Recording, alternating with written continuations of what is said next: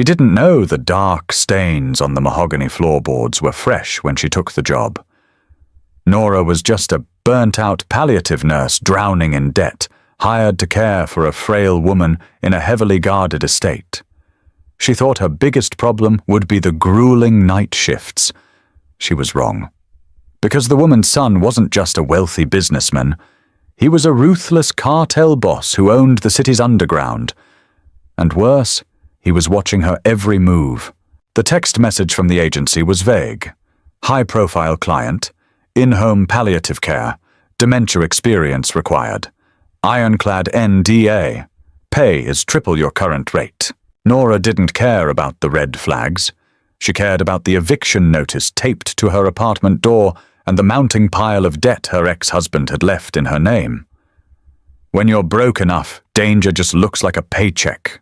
She drove her sputtering sedan up a winding private road in the hills. The rain was coming down in sheets, turning the world into a grey smear. At the top of the hill, wrought iron gates stood 20 feet high, flanked by stone pillars and security cameras that tracked her car's approach. A man in a dark raincoat stepped out of a guardhouse. He didn't ask for her name. He asked for her ID, scanned it with a device, and stared at her through the rain-streaked window. He wasn't a rent-a-cop. He had the thick neck and dead eyes of a man who broke things for a living. The gate swung open without a sound. The house was a sprawling, brutalist mansion of glass and black stone. It looked less like a home and more like a fortress. Nora parked, grabbed her duffel bag of scrubs, and walked to the front door. It opened before she could knock. "You're late," a voice said. It wasn't a butler. It was a man in his late 30s, leaning against the foyer wall. He wore a charcoal suit that probably cost more than Nora's car, but the tie was pulled loose, and the top 2 buttons of his shirt were undone. He held a crystal glass with 2 fingers. Amber liquid. No ice. The agency said 8 o'clock. Nora said, shaking the water from her umbrella. She didn't apologize. Apologies in her line of work usually meant someone had died. "It's 7:55. He stared at her. His eyes were dark, hollowed out by exhaustion, but sharp. Calculating. He took a sip from his glass, his gaze dragging over her cheap rain jacket, her sensible scuffed clogs, and the dark circles under her own eyes. "Gabriel Gallo," he said, not offering his hand. "Nora. I know who you are, Nora. I know you owe $40,000 in back taxes.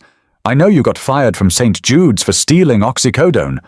I didn't steal it." Nora cut in, her voice flat. "A resident misplaced a sheet. I was the charge nurse. I took the fall. If you read the rest of the file you bought, you'd know the board cleared me." Gabriel didn't blink. He just swallowed the rest of his drink. "I don't care if you stole it. I care if you're going to steal from my mother. If you do, I won't call the medical board." He let the threat hang in the cold, cavernous space of the hallway. Nora felt a prickle of genuine fear at the base of her skull, but she pushed it down. She had handled combative patients, screaming relatives, and arrogant surgeons. A rich jerk with a god complex wasn't new. "I'm here to do a job, Mr. Gallo," she said, shifting her bag to her other shoulder. "I administer meds, I monitor vitals, and I keep her comfortable. That's it. Show me the patient." A muscle feathered in his jaw. For a second she thought he might throw her out into the rain. Instead, he turned on his heel. "Follow me." They walked down a long, dimly lit corridor. The house was dead quiet. No hum of a television, no clatter of dishes. Just the sound of Gabriel's leather shoes and Nora's rubber soles on the hardwood. He pushed open double oak doors at the end of the hall. The room inside was a jarring contrast to the rest of the house. It was painted a soft yellow. The air smelled of lavender and sterile rubbing alcohol. A hospital bed sat in the center of the room, flanked by expensive monitoring equipment. In the bed lay a woman who looked no larger than a child. Her white hair was thin, fanned out across the pillow. She was staring at the ceiling, her hands plucking aimlessly at the edge of the cashmere blanket. "Ma," Gabriel said. His voice changed. The coldness evaporated, replaced by a raw, bleeding kind of gentleness that caught Nora off guard. He stepped to the side of the bed and picked up the woman's frail, paper-thin hand. "Ma, look who's here." Rosa Gallo turned her head slowly. Her eyes were cloudy, lost in a time only she could see. "Antonio," she whispered. Gabriel closed his eyes for a fraction of a second. "No, Ma, it's Gabriel. I brought someone to help you out. This is Nora." Nora stepped forward, slipping instantly into her clinical persona. She offered a warm, professional smile. "Hello, Rosa. It's very nice to meet you." Rosa blinked at her, then looked at Gabriel. She has kind eyes, not like the men downstairs. "Tell the men downstairs to stop cleaning their boots in my kitchen." Gabriel swallowed hard. "I'll tell them, Ma." He let go of her hand and stepped back, retreating into the shadows of the room. Nora approached the bed, checked the IV line running into Rosa's arm, and glanced at the medication chart on the bedside table. It was a mess. Whoever had been doing this before her was sloppy. She hasn't had her evening Seroquel, Nora noted, reading the chart. "And this line needs to be flushed.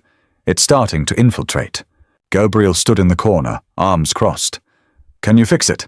"It's what you're paying me for." Nora grabbed a pair of latex gloves from a box on the cart. She snapped them on. "I need you to step outside, Mr. Gallo. Family members usually make this part harder." Gabriel didn't move. "I don't leave my mother alone with strangers." Nora stopped. She looked at him over her shoulder. "Then you're going to stand there and watch me cause her a brief amount of pain while I reset this line. If you interfere, I pack my bag and leave. Understood?" They stared at each other across the sterile expanse of the room.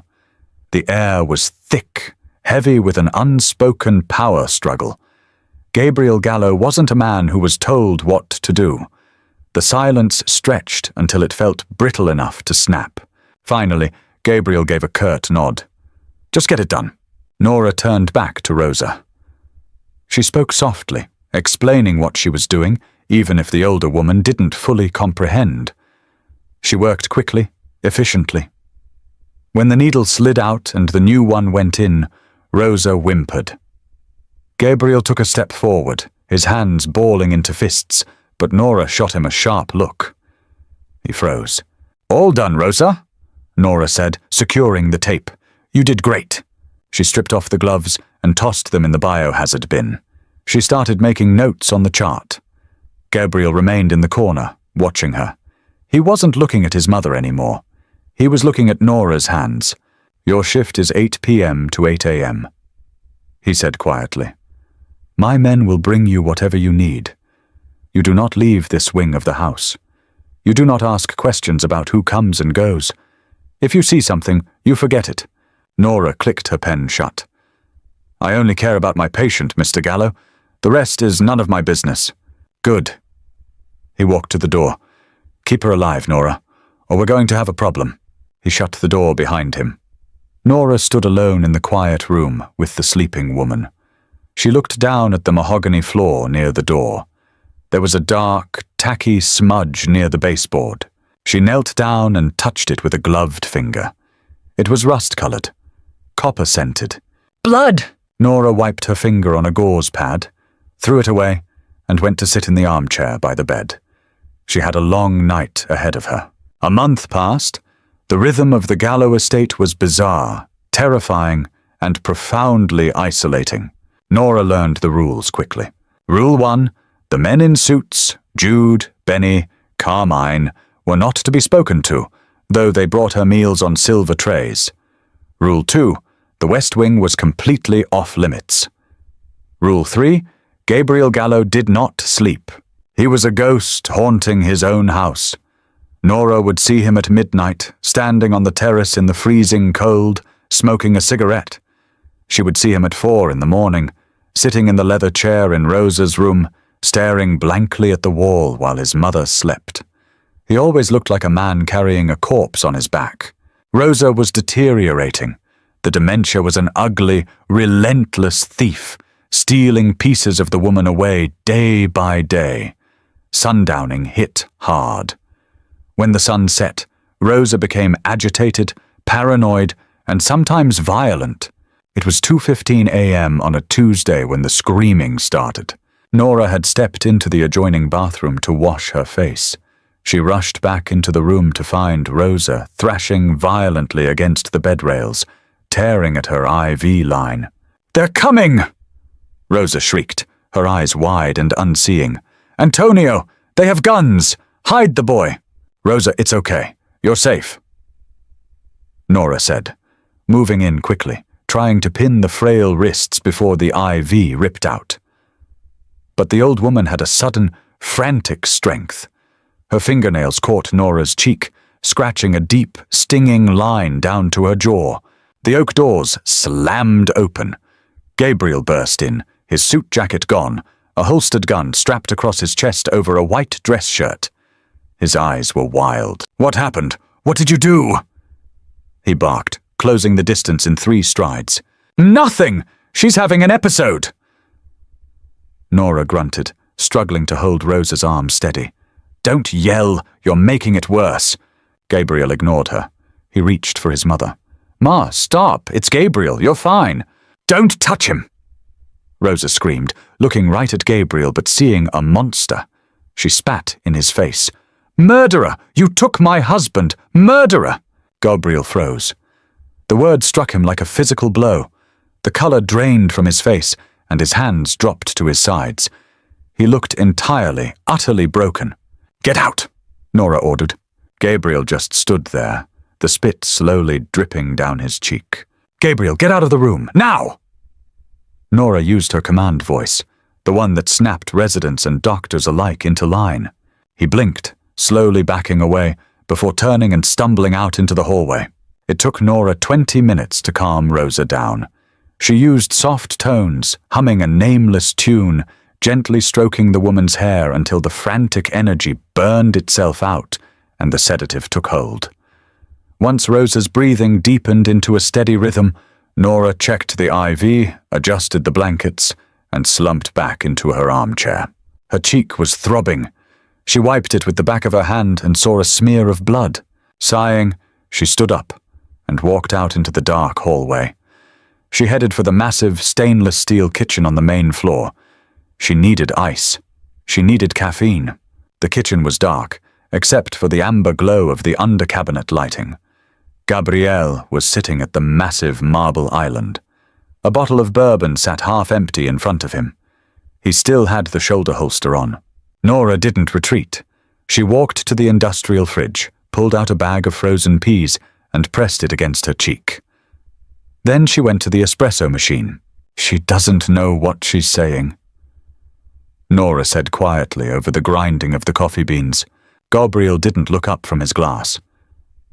"Dementia is a disease of truth, Nora. It strips away the polite lies we tell ourselves. What's left is what they really think. That's garbage." Nora poured the espresso into a mug. "It's misfired synapses. It's a dying brain trying to make sense of shadows. Don't flatter yourself into thinking it's poetry." He let out a hollow, bitter laugh.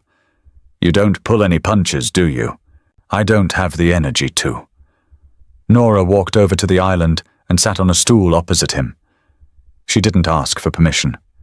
She set her mug down and kept the peas pressed to her face.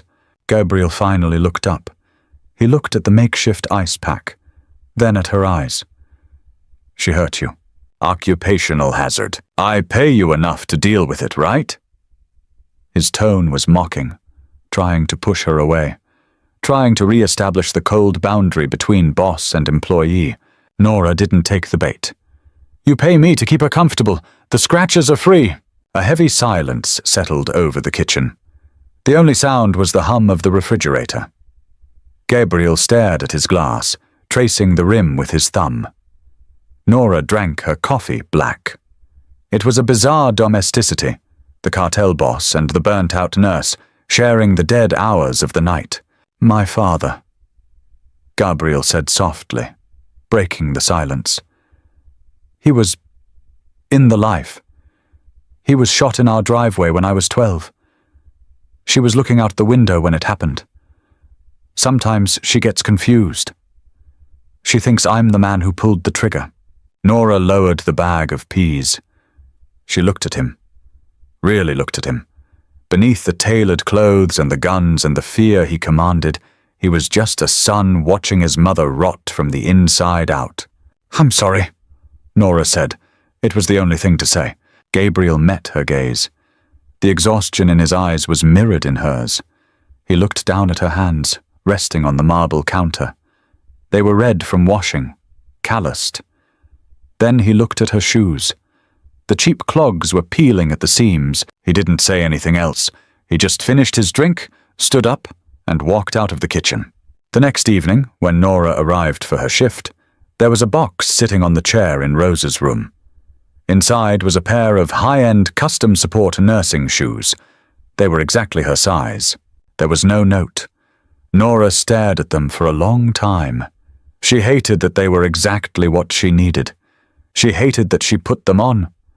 And she really hated how perfectly they fit. The illusion of safety shattered 3 weeks later. It was raining again. The house felt restless. The guards outside were pacing more frequently, and the men inside spoke in hushed, urgent tones. Gabriel hadn't been in to see his mother for 2 days. At 3 a.m., the heavy oak doors to Rosa's room didn't open. They were kicked in. Nora jumped up from her chair, her heart slamming against her ribs. Gabriel stood in the doorway, breathing heavily. He was physically supporting Jude, the massive guard who usually manned the front gate. Jude's face was ashen, his lips blue. His hands were clamped over his stomach, and dark, thick blood was pouring between his fingers, dripping onto the pristine floorboards. "Clear the table!" Gabriel snarled, his voice tight with panic and adrenaline.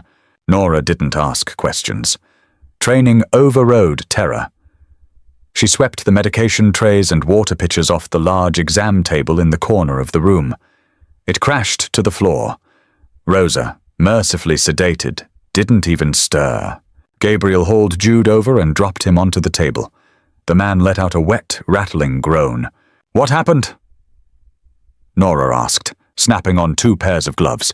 She grabbed her trauma shears and started cutting away Jude's blood-soaked shirt. "Drive-by. They hit the gate," Gabriel said. He pulled off his own jacket. His white shirt was smeared with crimson. "I need you to fix him." "Fix him?" Nora stared at the massive hole in Jude's abdomen. Blood was pulsing out in a steady, terrifying rhythm. "He needs a hospital, Gabriel. He needs a surgeon. It hit an artery." "He can't go to a hospital," Gabriel said, stepping closer. His voice dropped, turning cold and absolute. "If he goes to an ER, the cops get called. If the cops get called, this house gets raided. You fix him." "I'm a nurse, not a trauma surgeon," Nora yelled, pressing a massive stack of gauze into the wound. Jude screamed, his back arching off the table. "I don't have the tools, I don't have blood for a transfusion, and I don't have anesthesia. He is going to die on this table." Gabriel grabbed her by the shoulders. His hands were strong, desperate. "Nora, look at me." She snapped her head up, her eyes wide and terrified. "You are going to stop the bleeding," Gabriel said, his dark eyes boring into hers. "You are going to keep him alive until my private doctor gets here in 40 minutes. Do you understand me?" Nora looked at Jude. His eyes were rolling back. The pulse under her fingers was thready, racing like a terrified bird. She looked back at Gabriel. The sheer gravity of his presence pulled her out of her panic. "Get over here and put pressure on this," Nora ordered. Gabriel immediately moved to her side, pressing his large hands over hers, driving the gauze deep into the wound. "Harder," Nora snapped. "Lean your weight into it." She spun around to her medical cart. She grabbed saline bags, tearing them open with her teeth. She spiked the bags, found a vein in Jude's uninjured arm, and started pushing fluids as fast as they would go, to keep his blood pressure from bottoming out. "He needs to stay awake," Nora said, rushing back to the table. She grabbed clamps from a sterile kit she kept for minor procedures. "Jude, hey, look at me!" Keep your eyes open." Jude blinked, his gaze unfocused. "Boss?" he mumbled. "I'm here, Jude," Gabriel said. His voice was steady, completely devoid of the panic he had shown seconds earlier. He was the boss again. Absolute control. "You're not dying today, understand?" Nora pushed Gabriel's hands aside and dug into the wound with the clamps. The blood was slick, blinding her. She operated on pure instinct and anatomy recall. She felt the severed edge of a vessel. She clamped it. The geyser of blood slowed to a sluggish weep. Nora let out a ragged breath, her shoulders dropping. "I got the bleeder. But he's going into shock. Where the hell is your doctor?" 10 minutes, Gabriel said softly. They stood there in the blood-soaked room. Jude passed out, but his breathing was steady. Nora stepped back from the table, peeling off her bloody gloves. Her hands were shaking violently now that the adrenaline was crashing. She walked over to the small sink in the corner and turned on the hot water. She scrubbed her hands with industrial soap, watching the pink foam spiral down the drain. Gabriel walked up behind her. He didn't say anything. He just reached out, turned on the cold water beside her hot, and started washing his own hands in the same sink. Their shoulders brushed. He smelled like gunpowder, copper, and expensive cologne. "Your hands didn't shake," Gabriel said quietly, his voice a low rumble over the sound of the running water. "Not until it was over." "Hazard pay," Nora said, her voice hoarse. "I want double hazard pay for this." Gabriel let out a sound that was half laugh, half sigh. He reached for a towel and handed it to her. As she took it, his fingers brushed hers. They lingered. The touch was entirely intentional. "You can have whatever you want, Nora," he said, looking down at her. The exhaustion was gone from his eyes, replaced by something much sharper and much more dangerous. "Anything." Nora looked up at him. She knew she should look away. She knew she should grab her bag, walk out the front door, and never come back to this house of blood and ghosts. But she didn't. She couldn't. Because for the first time in years, someone was looking at her like she mattered, even if he was a monster. Dr. Wyatt did not ask for a patient history. He arrived 38 minutes after the call, carrying a black leather bag that looked heavy enough to contain bowling balls. He was a man in his 60s with an immaculate silver beard and a grey tailored suit. He walked into Rosa's bedroom, stepped over the shattered glass of the fallen medication tray, and looked at Jude, bleeding out on the exam table. Then he looked at Nora. "You clamped the hepatic artery?" Wyatt asked, his voice entirely devoid of inflection. "I couldn't tell you what it was," Nora said, stepping back so he could take over. Her scrubs were ruined. The copper stench of blood hung heavy in the air, masking the lavender. "I just found the pulsing and shut it off," Wyatt grunted. He opened his bag. It was a portable trauma bay. "You saved his life. I'll take it from here. Go wash up." Nora didn't argue. She walked to the bathroom, stripped off her scrubs, and threw them directly into the trash can. She stood under the scalding spray of the shower, watching the water turn pink, then clear, circling the drain. Her hands had finally stopped shaking, but her chest felt hollowed out, scraped clean by the adrenaline. When she stepped back out into the bedroom, wearing a spare set of scrubs she always kept in her locker, Jude was gone. The table had been wiped down with industrial bleach. Dr. Wyatt was nowhere to be seen. Only Gabriel remained. He was sitting in the armchair by his mother's bed. He had changed his shirt, a fresh, crisp white button-down. But the holster was still there. "Jude?" Nora asked, her voice raspy. "Guest bedroom," Gabriel said, staring at his sleeping mother. "Wyatt brought a nurse. He's stable. He'll live." "Good." Nora started picking up the fallen medication bottles. "Leave it," Gabriel commanded softly. "The cleaning crew will handle it in the morning." Nora stopped, a bottle of heart medication in her hand. She placed it carefully on the nightstand. She looked at the clock.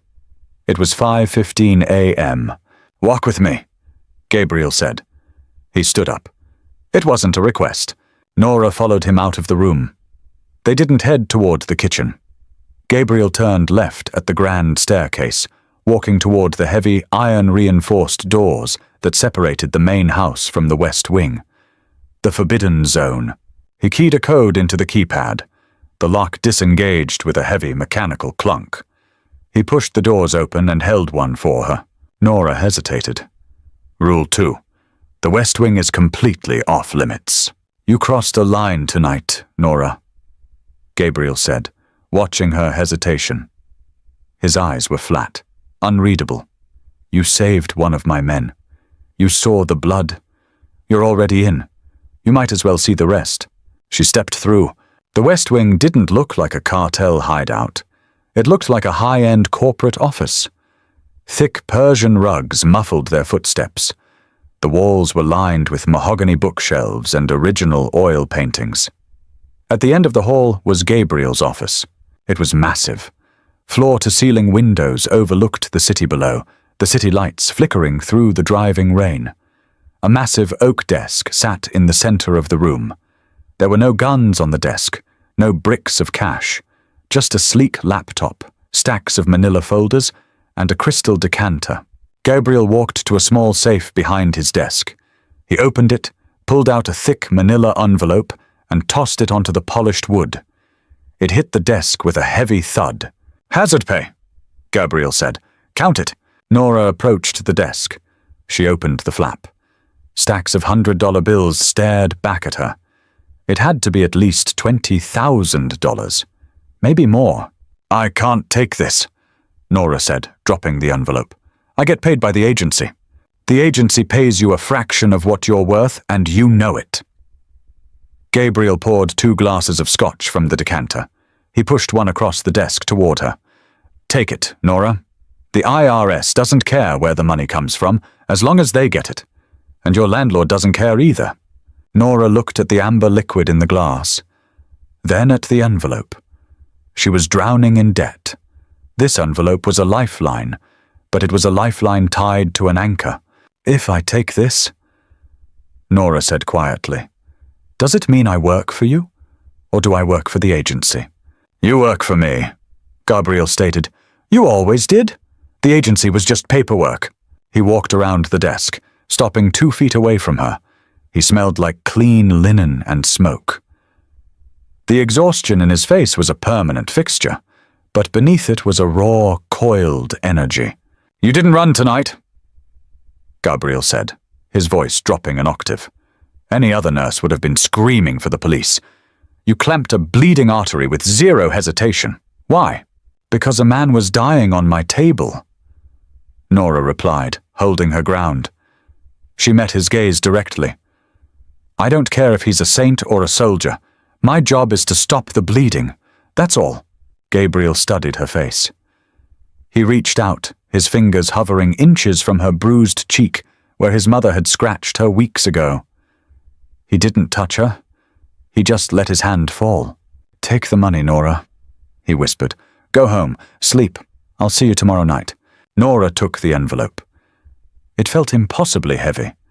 She walked out of the West Wing, the mechanical lock clicking shut behind her, sealing her on the other side. But she knew the truth. She wasn't an outsider anymore. Nora's apartment was a miserable, cramped studio on the 2nd floor of a decaying brick building. It smelled permanently of boiled cabbage and damp drywall. It was a jarring transition from the sprawling, silent luxury of the Gallo estate. She got home at 9 a.m., exhausted to the marrow of her bones.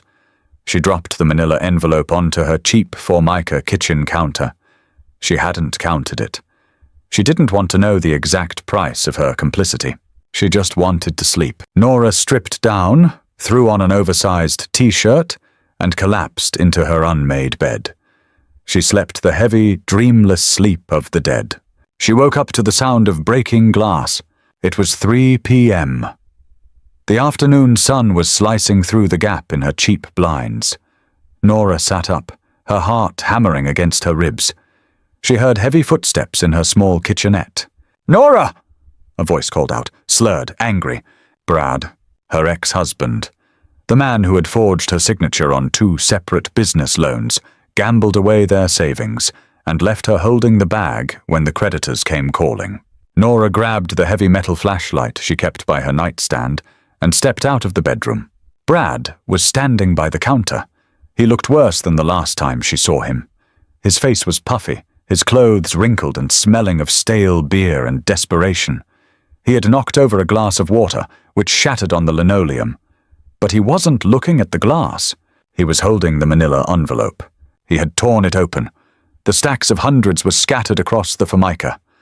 Brad's eyes were wide, manic. "Where did you get this?" he demanded, looking up at her. "You holding out on me, Nora? You crying poor while you've got this sitting on your counter?" "Put it down, Brad," Nora said, her voice dangerously calm. Her grip on the flashlight tightened. "Get out of my apartment." "Or what?" Brad sneered, shoving a stack of bills into his jacket pocket. "I need this, Nora. I owe people. Bad people. And those are my bills." Nora stepped forward. "I said put it down." Brad laughed, a bitter, ugly sound. He lunged forward, closing the distance between them. He grabbed her arm, his fingers digging painfully into her bicep. "You owe me, Nora. You left me when things got hard." He didn't finish the sentence. The door to the apartment hadn't been locked. Brad had broken the flimsy chain. And now the door swung open silently. A shadow filled the doorway. It was Benny, one of Gabriel's quiet, massive guards who usually brought Nora her dinner trays. He was wearing a dark suit, his face completely impassive. He stepped into the apartment. Brad turned, confused. Benny didn't say a word. He simply reached out, grabbed Brad by the collar of his jacket, and pulled him away from Nora with the effortless strength of a machine. Before Brad could even yell, Benny slammed him face first into the wall. The drywall cracked. Brad crumpled to the floor, gasping for air, blood pouring from his broken nose. Benny looked at the scattered cash, then at Nora. "Are you injured, Mom?" "No." Nora breathed, staring at the crumpled form of her ex-husband. "What are you doing here?" "Mr. Gallo requested a security detail be placed on you after the incident at the house last night," Benny stated matter-of-factly. He reached down, grabbed Brad by the back of his belt, and hoisted him to his feet like a piece of luggage. "I will handle this." "Wait," Nora started, but Benny was already dragging a sobbing, bleeding Brad out the door. "The lock needs replacing," Benny noted, pausing at the threshold. "I will have a team here in 20 minutes. The door clicked shut. Nora stood alone in her apartment. The scattered money lay on the counter. The blood was on her wall. The sheer, suffocating reach of Gabriel Gallo had just wrapped its hands around her personal life. She didn't wait for the team. She threw on clothes, grabbed the envelope, and drove straight back to the hills. It was 4:30 p.m. The sun was starting to set. The guards at the gate recognized her car and opened the iron jaws without a word. Nora parked, stormed past Jude's replacement at the front door, and marched directly toward the west wing. She punched in the code she had memorized from the night before, 4927. The lock clicked. She threw the doors open and walked down the plush hall. She burst into Gabriel's office without knocking. Gabriel was sitting at his desk, on the phone. He looked up, mildly surprised, then spoke quietly into the receiver. "I'll call you back." He hung up. Nora marched up to his desk and slammed the manila envelope down. The remaining cash spilled out. "You had me followed!" Nora yelled, her voice echoing in the large room. Gabriel leaned back in his leather chair. He didn't look angry. He looked entirely calm. "I had you protected. There's a difference." "I am not your property, Gabriel. I am your employee." Nora was shaking, the anger boiling over, mixing with the lingering adrenaline from the break-in. "You don't get to send your thugs into my home. You don't get to handle my problems. Your problem was stealing from you and bruising your arm," Gabriel said. His eyes flicked to her bicep. Nora looked down. There were already dark, purple finger marks blooming on her skin. Gabriel stood up. The calm vanished, replaced by a cold, terrifying intensity. He walked around the desk and stood in front of her. "You work for me, Nora. That means you are under my protection," Gabriel said, his voice a low rumble. "That man has $200,000 in gambling debts with a crew out of Southside. If they came looking for him, they would have found you." Nora stared at him. The wind knocked out of her sails. "What? I bought his debt this morning," Gabriel stated. "He doesn't owe them anymore. He owes me, which means he will never ever come within 100 yards of you again." Nora felt the floor tilt beneath her. The sheer scale of what he had done, the casual way he deployed his power to rewrite her reality, was staggering. "Why?" Nora whispered. "Why would you do that?" Gabriel looked down at her. The harsh lines of his face softened just a fraction. "Because you're the only person in my life who isn't afraid to tell me when I'm wrong, and because you keep my mother breathing. I protect what matters to me." He reached out, his thumb gently brushing over the bruising on her arm. His touch was jarringly soft. "Go home, Nora. Your new locks are installed by now. I'll see you at 8. Nora left the money on the desk. She walked out of the office, her chest tight, realizing with terrifying clarity that the iron gates of the estate hadn't just locked the danger out. They had locked her in, and she wasn't sure she wanted to leave. Rosa's decline was steep and sudden. 2 weeks after the drive-by, the brief periods of lucidity vanished entirely. They were replaced by a profound, hollow silence. She stopped eating. The IV fluids were the only things keeping her organs functioning. The scent of lavender in her room was slowly being replaced by the distinct metallic scent of a body shutting down. Nora knew the signs. She had walked this path 100 times with 100 different families, but she had never walked it with Gabriel Gallo. It was 2 a.m. on a Thursday. The house was dead quiet. A heavy fog had rolled in from the coast, pressing against the glass windows of the mansion like a physical weight. Nora was adjusting Rosa's blankets when Gabriel walked in. He looked terrible. The tailored suits were gone. He wore sweatpants and a plain black t-shirt. He hadn't shaved in days. The cartel boss was gone. Only the grieving son remained. He pulled the leather chair up to the side of the bed and sat down heavily. He reached out and took his mother's hand. "Ma?" he whispered. Rosa didn't move.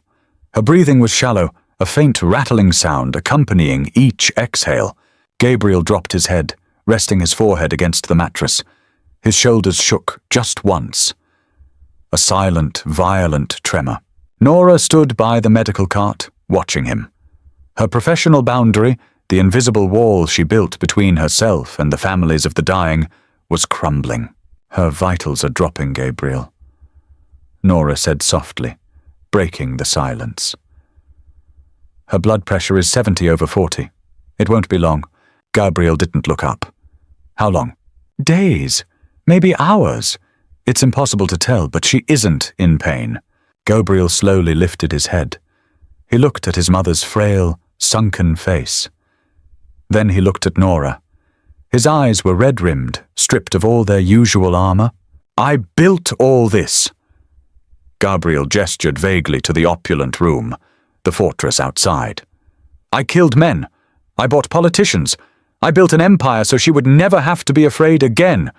So no one could ever hurt her like they hurt my father." He let out a broken laugh. "And I can't do a damn thing about this. I have all the power in the world, and I can't buy her one more day." Nora walked around the bed. She didn't offer empty platitudes. She didn't tell him it was God's plan, or that his mother was going to a better place. She gave him the only thing that actually mattered in the dark. The truth. "No, you can't," Nora said, standing beside his chair. "Power doesn't matter here. Money doesn't matter. The only thing that matters is that you're here, that she isn't alone." Gabriel stood up. The sudden movement was jarring. He turned to face Nora. He was so close she could feel the heat radiating from him. "I'm always alone, Nora. he said, his voice cracking. He didn't step back. The air in the room suddenly felt incredibly thin. Nora looked up into his eyes, seeing the raw, bleeding grief, the crushing isolation of a man who lived his life surrounded by people he paid to be there. Nora reached up. She didn't overthink it. She didn't weigh the consequences or remember the rules. She placed her hand flat against his chest, right over his heart. It was beating frantically, like a trapped animal. Gabriel inhaled sharply. He looked down at her hand, then back up to her face. "You're not alone tonight," Nora whispered. Gabriel moved before she could take another breath. His hands came up, framing her face. His palms were rough, calloused, but his touch was desperate, almost reverent. He leaned down and kissed her.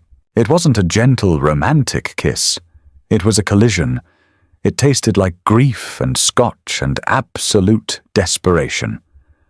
It was the kiss of a man who was drowning and had finally found a piece of driftwood. Nora didn't pull away. She leaned into it, her hands sliding up to grip his shoulders, anchoring him to the ground. The cynicism, the professionalism, the fear, it all burned away in the space of a single heartbeat. He backed her against the wall near the door, out of the dim light of the bedside lamp. His mouth moved from her lips to her jaw, trailing down her neck.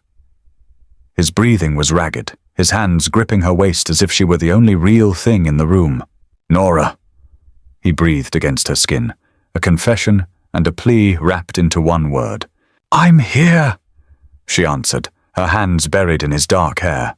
They stood there in the shadows, clinging to each other while the fog pressed against the windows and the empire outside faded into nothing. The cartel, the debt, the blood on the floorboards. None of it mattered. For a few stolen minutes in the dark, they were just two broken people trying to put the pieces back together. But as Gabriel kissed her again, deeper this time, a quiet, rattling sigh came from the bed. Then absolute silence. Nora froze. She gently pushed Gabriel back. The grief in his eyes was instantly replaced by a stark, terrifying realization. Nora walked over to the bed. She picked up Rosa's wrist, pressing 2 fingers to the translucent skin. She waited 10 seconds. 20. She looked up at Gabriel, standing in the shadows. "She's gone." Gabriel did not cry. The tremor that had shaken his shoulders just moments before vanished, locked away behind a steel vault in his chest. He stood up slowly, stepping back from the bed. The vulnerable, desperate man who had just pinned Nora to the wall ceased to exist. The Don of the Gallo family took his place. "Call Wyatt," Gabriel said. His voice was flat, devoid of any human inflection. He didn't look at his mother's body. He looked at the wall above the headboard. "Tell him it's done." Nora stood frozen for a second, her lips still tingling, her pulse still hammering a frantic rhythm. The whiplash of his emotional withdrawal was violent. She nodded, stepping back into her clinical persona like slipping on a heavy lead apron. By 3 a.m. the house was swarming. Men in dark suits moved with quiet, practiced efficiency. There were no sirens, no flashing ambulance lights. Dr. Wyatt arrived, signed the death certificate with a gold-plated pen, and handed it to a man Nora had never seen before. A private mortuary team wheeled a discreet silver gurney down the hall. Nora stood in the corner of the room, holding her medical bag. Her job was over. The patient was gone. Gabriel stood in the doorway, watching the morticians zip the black bag closed. He hadn't looked at Nora since he stepped away from the wall. He was smoking a cigarette right there in the hallway, the ash falling onto the pristine mahogany floorboards. When the gurney rolled past him, he didn't move to touch it. He just took another drag. "Mr. Gallo," Nora said quietly, walking over to him. "I've logged her final medications. The agency will send the closing paperwork tomorrow." Gabriel exhaled a long plume of smoke. He finally looked at her. His eyes were completely dead. They were the eyes of a shark cruising through deep water. "Jude will escort you to your car." Gabriel said. He reached into the inside pocket of his jacket and pulled out a thick, sealed envelope. He held it out. Your final pay, plus the bonus. Nora looked at the envelope. It was exactly like the one he had given her for saving Jude's life. A transaction. A severance. Gabriel, she started, her voice dropping. She reached out, wanting to touch his arm, wanting to find the man who had kissed her in the dark. He stepped back. The movement was small, but it felt like a door slamming in her face. Thank you for your service, Nora. Do not come back to this house. He turned on his heel and walked away, disappearing into the shadows of the West Wing. Nora stood alone in the hallway. Jude, pale but standing upright, appeared a few moments later. He gestured toward the front door. I'll walk you out, Ma'am. Nora drove down the winding hill in silence. The fog was thick, swallowing the rear-view mirror. She threw the envelope onto the passenger seat. She didn't cry. She just felt an overwhelming, suffocating hollow in her chest. 3 days later, the rain finally stopped, replaced by a biting, bitter cold. Nora didn't get invited to the funeral. She found the details by scrolling through local obituaries. A private mass at St. Jude's Cathedral, followed by a burial at the Holy Cross Cemetery. She went anyway.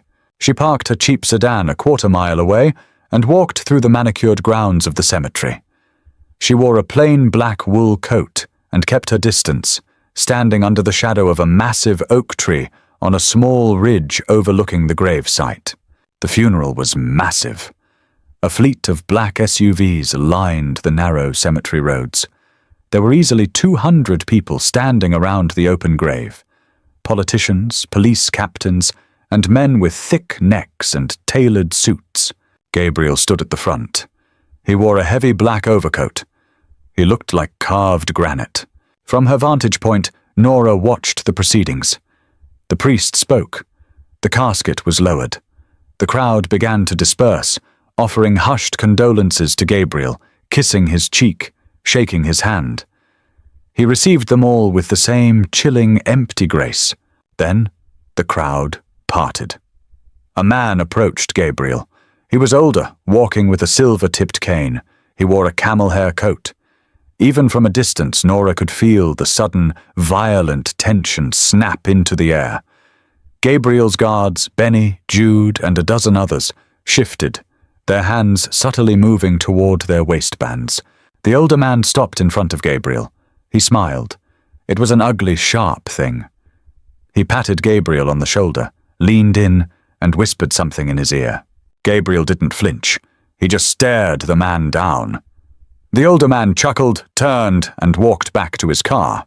Nora didn't know who the man was, but she knew what he represented.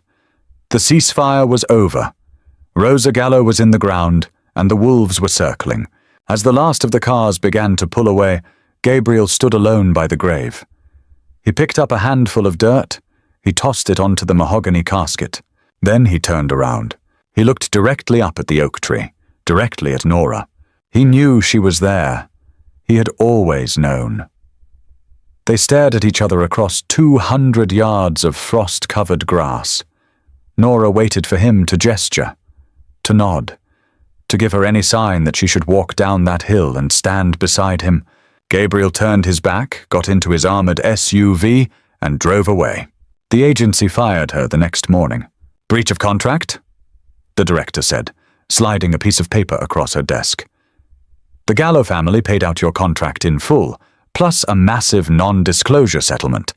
But they requested you be removed from the active roster, effective immediately. Nora signed the paper without reading it. She walked out of the agency and into the grey afternoon. She had money now. The envelope Gabriel had given her that night, combined with the settlement, was enough to pay off Brad's remaining debts, cover her back taxes, and buy a house in the suburbs in cash. She was free. It felt like a prison sentence. She spent the next week packing up her apartment. She bought a one-way ticket to Seattle, a fresh start. The boxes were stacked by the door. The flight was at 6 a.m. the next day. It was 9 p.m. when she realized she was out of packing tape. Nora threw on a jacket and walked down the stairwell of her decaying apartment building. The streetlights outside were flickering, casting long, jaundiced shadows across the wet pavement. The corner bodega was only 2 blocks away. She made it exactly 1 block. A black panel van slid to a stop at the curb, its tires hissing against the wet asphalt. The side door slid open before the vehicle even fully stopped. 2 men jumped out. They didn't wear suits. They wore dark hoodies, jeans, and heavy boots. Nora's instincts flared. She didn't scream. She pivoted, digging her boots into the pavement, and bolted toward the alleyway to her left. She was fast, but they were prepared. A 3rd man stepped out from the shadows of the alley, blocking her path. He grabbed her by the front of her jacket. "Easy, nurse," he grunted, slamming her backward into the brick wall of the building. The breath left her lungs in a violent rush. Nora didn't panic. Her mind went clinically cold, the same way it did when a patient crashed.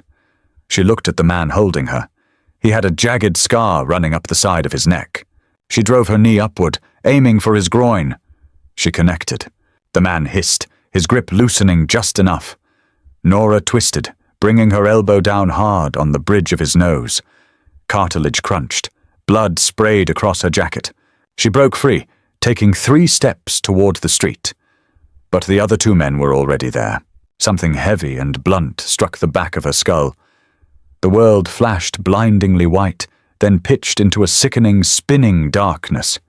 Her knees buckled. She felt hands grab her by the arms, dragging her across the concrete. She was shoved onto the metal floorboard of the van. The doors slammed shut. The engine roared. Nora blinked, trying to clear the blood and double vision from her eyes. Her head was screaming. She was lying on her side in the dark. The van smelled of stale cigarette smoke, damp metal, and sweat. "Tie her hands!" a voice from the front passenger seat barked. It was the man she had hit. He sounded nasally, choked with blood. "Check her for trackers." Hands rolled her over. Someone pulled her arms behind her back, wrapping thick, biting zip ties around her wrists. "You're making a mistake," Nora gasped out, tasting copper. "Shut up," the man tying her said, checking her pockets. He threw her phone onto the floor and crushed it under his boot. "The boss wants Gallo. Gallo wants you. Simple math." The older man at the funeral with the cane. The realization hit her like a bucket of ice water. Gabriel had paid off her ex-husband's debt from the Southside crew, but he hadn't erased her from the board. He had just highlighted her value. The van took a hard left, throwing Nora against the metal wall. They were moving fast. "Call him," the scarred man said. "Tell him we have the nurse. Tell him to meet us at the rail yard, alone, or we start mailing him her fingers." Nora closed her eyes. "He won't come," she thought. "He walked away. He shut me out." The sound of shattering glass interrupted her thoughts. It wasn't a window. It was the entire back windshield of the van caving in. A heavy, deafening metallic crunch followed. The van violently lurched forward, fishtailing out of control. Nora was thrown into the air, slamming back down onto the floorboards. Someone had just rammed them at 60 miles an hour. "What the hell was that?" the driver screamed. "He's behind us! Shoot him!" the scarred man yelled. Guns were drawn. The deafening roar of automatic gunfire erupted inside the enclosed space of the van, the sound pressure rattling Nora's teeth in her skull. The men were firing out the blown-out back window. Another violent impact. Metal sheared against metal. The van was pushed sideways, the tires screeching uselessly against the pavement. The driver lost control. The van slammed into a concrete bridge pillar. The impact was catastrophic. The world flipped sideways. Nora was tossed like a rag doll in a dryer, her shoulder slamming into a steel strut. Then, dead silence, broken only by the hiss of a ruptured radiator and the groan of bending metal. Nora opened her eyes. The van was on its side. She was tangled in the back. The man who had tied her hands was lying entirely still near the crumpled front seats. The scarred man was groaning, trying to drag himself out of the passenger window. Footsteps crunched on the broken glass outside. Slow, methodical. A shadow fell over the passenger side. A hand reached in, grabbed the scarred man by the hood of his sweatshirt, and hauled him out through the broken window. "Where is she?" a voice demanded. It was a voice that belonged to the devil himself. "She's in the back! She's alive!" The scarred man screamed, sobbing. 2 suppressed gunshots coughed into the night. The scarred man stopped screaming. The back doors of the van were wrenched open. The metal screamed in protest. Gabriel stood there. He wasn't wearing a suit. He was wearing tactical gear, a black plate carrier over a dark sweater. He had a suppressed pistol in his right hand. His face was splattered with blood that wasn't his own. His eyes were wide, feral, and utterly terrifying. He saw Nora lying on the floorboard. He dropped the gun. It hit the pavement with a clatter. He crawled into the wreckage, uncaring of the jagged glass ripping at his clothes. He reached her, grabbing her shoulders, pulling her up against his chest. "Nora! Nora, look at me!" he commanded, his voice shaking violently. She blinked up at him. She couldn't feel her hands. Her head was bleeding, but she saw his face. The armor was gone. The dawn was gone. It was just Gabriel, and he was terrified. He pulled a knife from his belt and sliced through the zip ties on her wrists. He ran his hands over her arms, her neck, checking for bullet holes. "I'm okay," she whispered, her voice raspy. "I'm okay." He let out a ragged, broken sound. He pulled her flush against his chest, burying his face in her neck, holding her so tightly she could barely breathe. "I thought I lost you," he breathed against her skin. "I thought they got you." "You told me not to come back," Nora said, leaning her heavy head against his shoulder. "I lied," Gabriel whispered. He scooped her up in his arms, carrying her out of the wrecked van and into the freezing night air.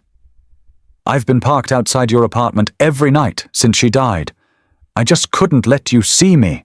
He carried her toward a massive, dented black SUV parked sideways across the street. Benny was standing by the driver's side, holding an assault rifle, scanning the empty street. Gabriel put her in the passenger seat. He didn't let go of her hand. The safe house was a windowless, concrete basement beneath a warehouse on the docks. It was cold, smelling of salt water and old dust. Nora sat on a metal folding chair under a harsh fluorescent bulb. She had a butterfly bandage over the cut on her hairline and a massive bruise blossoming on her cheekbone. Gabriel sat on a crate opposite her. He had taken off the tactical vest. His black sweater was torn at the shoulder, revealing a nasty, jagged gash from the van's shattered windshield. He was bleeding sluggishly, but he refused to let her look at it until he was sure she didn't have a concussion. "I'm fine, Gabriel," Nora said for the 4th time. She reached into the first aid kit Benny had brought them. She pulled out a needle, thread, and a bottle of iodine. "Take the sweater off." Gabriel stared at her. He slowly pulled the sweater over his head, wincing as the fabric pulled against the wound. His chest was covered in old scars, knife wounds, burn marks, the roadmap of a violent life. Nora stood up, moved between his knees, and started cleaning the cut on his shoulder with an iodine-soaked gauze pad. He hissed at the sting, his hands gripping her hips to steady himself. "The man with the cane," Nora said quietly, threading the needle. "Who is he?" "Sal Marcano," Gabriel said, looking at her collarbone. "He runs the ports. He thought with my mother gone, I'd be distracted. Weak. He thought he could leverage you to get me to hand over the distribution lines. Leverage me?" Nora paused, the needle hovering over his skin. "How did he know about me?" "Because you're the only civilian I've ever brought into my house," Gabriel said. He finally looked up into her eyes. "Because when I walked away from her grave, I looked at you instead of him. They see everything, Nora. They saw a crack in the armor." Nora pushed the needle through his skin. He didn't flinch. She pulled the suture tight. "So what happens now?" she asked, tying off the first stitch. "Marcano is dead," Gabriel said. The words were delivered with chilling casualness. "Benny and Jude are handling his lieutenants tonight. By tomorrow morning, the Southside crew won't exist. There will be no retaliation." Nora kept stitching. She didn't ask how they were handling it. She didn't want to know the mechanics of the slaughter happening above them in the city. "And me?" she asked. Gabriel's grip on her hips tightened. I have a plane waiting at a private airstrip.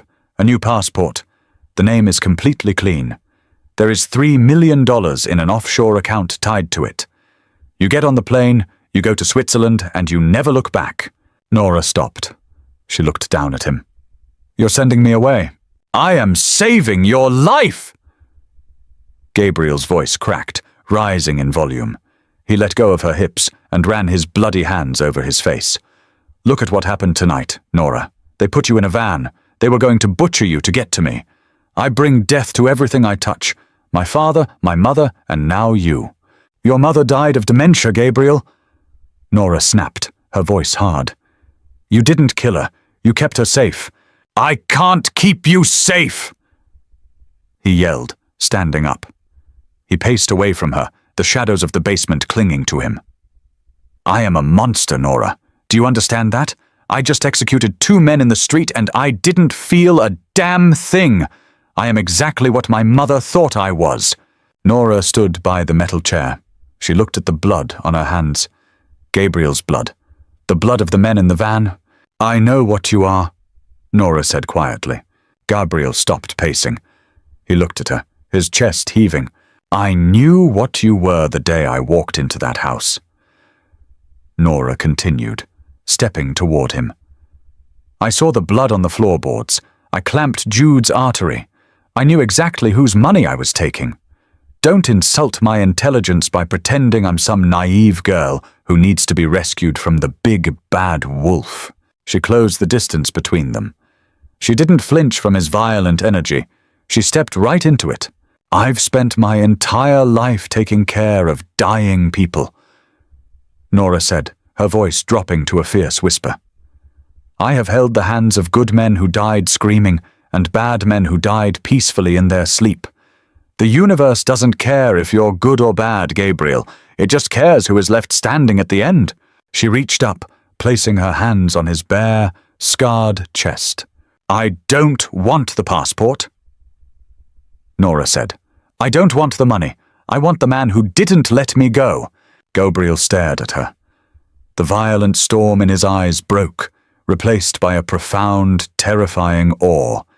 He reached up, his hands tangling in her hair, pulling her face up to his. If you stay, Gabriel whispered, his voice shaking. You can never leave. I will burn the city down before I let anyone take you from me. Then let it burn, Nora answered. Gabriel kissed her. It was a claiming. A blood oath sealed in the dark, smelling of iodine and gunpowder. He backed her up against the cold concrete pillar of the basement, his mouth devouring hers, his hands tracing the lines of her body as if mapping out his new religion. Nora wrapped her arms around his neck, pulling him closer, anchoring him to her. She knew the reality of what she was doing. She wasn't walking into a fairy tale. She was walking into the underworld. She was chaining herself to a man who ruled through fear and violence. But as his hands held her tight, as his heartbeat hammered against her own, she realized she didn't care. She was done running. She was done being the victim. She was Nora Gallo now, and God help anyone who tried to stand in her way. Nora made her choice, trading her quiet life for the dangerous, intoxicating world of Gabriel Gallo. Did she make the right call, or did she just seal her own fate in the criminal underworld? If you loved this dark, gripping Mafia romance, hit that like button and share it with a friend who loves intense, grounded storytelling. What do you think happens next now that Nora is fully in the life? Drop a comment down below with your thoughts.